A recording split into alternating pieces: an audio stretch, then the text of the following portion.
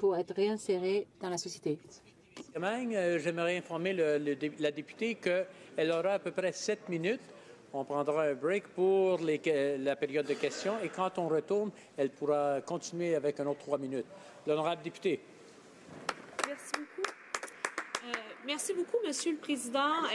Concernant le projet de C-83, je vais me concentrer principalement sur l'isolement préventif parce que je pense que c'est une des mesures phares qui aurait dû être de beaucoup améliorée dans le projet de loi et malheureusement, on voit pas cette amélioration-là. Ce qu'il faut comprendre, c'est qu'il y a eu 2 jugements relativement à l'utilisation de l'isolement préventif qui ont pour résumer, profondément remis en question l'utilisation de ces techniques-là et qui ont demandé, encore là, si on généralise, une profonde remise en question de l'utilisation de ces techniques-là en raison des effets psychologiques et psychiatriques qu'ils peuvent avoir chez les gens. Donc, par exemple, lorsqu'on parle des dangers de l'isolement préventif, il y a plusieurs études qui ont démontré que ça peut déclencher ou aggraver certains symptômes psychiatriques comme des hallucinations, des crises de panique, la paranoïa, la dépression, impulsivité, hypersensibilité aux stimuli externes, l'automutilation, insomnie,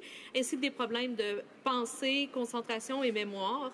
Et c'est malheureusement aussi l'utilisation de l'isolement préventif, ça l'aggrave le risque au niveau des pensées suicidaires et des suicides comme tels.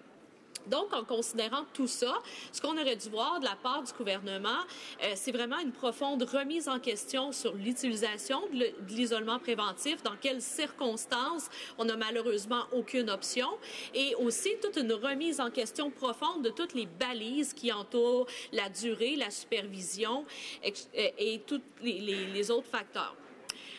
Un autre des endroits où est-ce qu'on utilise l'isolement préventif, c'est dans le système de santé. Ça fait partie, si on peut dire, de la famille des mesures de contention qui vont être utilisées pour les patients. C'est sûr et certain qu'on ne parle pas de la même clientèle, mais il y a quand même beaucoup de liens à faire. Et il faut comprendre qu'avant, dans le système de santé, on utilisait beaucoup les mesures de contention par habitude. Par exemple, les personnes âgées qui étaient un peu démentes, qui avaient de la misère, ben souvent, on les attachait pour pas avec une ceinture abdominale pour pas qu'ils tombent, on levait les 4 côtés de lit, puis c'était comme ça, on faisait comme ça. Et il y a eu au Québec une profonde remise en question dans le système de santé sur l'utilisation des mesures de contention et dans quelles circonstances qui devaient se faire et sur quoi les établissements de santé aussi devaient se baser pour déterminer si leur protocole d'utilisation de mesures de contention était efficace ou pas. Donc, il y a eu plusieurs documents qui ont été ciblés et je vais me référer à un des documents du gouvernement du Québec, soit le cadre de référence pour l'élaboration des protocoles d'application des mesures de contrôle, contention, isolement et substances chimiques. C'est l'édition révisée de mars 2015.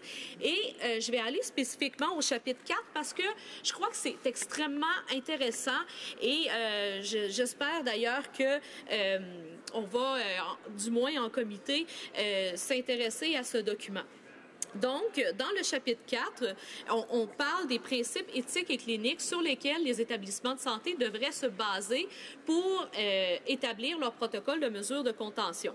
Au niveau du premier principe, on dit « Les mesures de contrôle sont uniquement utilisées comme mesures de sécurité dans un contexte de risque imminent. » Le protocole devrait mentionner que l'utilisation d'une mesure de contrôle doit s'inscrire dans un cadre thérapeutique, qu'elle ne doit être en aucun cas utilisée pour punir, intimider, corriger une personne ou modifier un comportement ou pour répondre à des contraintes organisationnelles.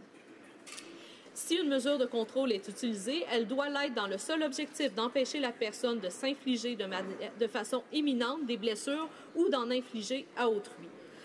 Donc, il y a plusieurs points intéressants dans ce principe éthique-là, mais un des points que je pense qui est particulièrement important, c'est de dire l'isolement, qui est une des mesures de contention, ne devrait pas être utilisé dans le cas de contraintes organisationnelles. Autrement dit, si on pourrait ne pas utiliser l'isolement, à condition, par exemple, de doubler le personnel, éthiquement, on devrait doubler le personnel avant de dire, on n'a pas les moyens, fait que, ben, tant pis, on les mettra en isolement, c'est plus simple. Et ça, je pense que c'est un principe très important au niveau de la loi, c'est qu'on ne doit pas substituer l'isolement préventif à un manque de moyens. Donc, si on est capable de ne pas utiliser l'isolement en augmentant le personnel, qu'il soit au niveau des gardiens de sécurité ou de d'autres professionnels, bien, on devrait en privilégier l'augmentation du personnel. Un autre des principes éthique est que les mesures de contrôle ne doivent être envisagées qu'en dernier recours, ce qui semble être logique. Je continuerai après la période de questions, Monsieur le Président. L'honorable député de Abitibi-Témiscamingue aura un autre 5 minutes qui lui viendra. Quand la période de questions aura terminé, on retourne au débat.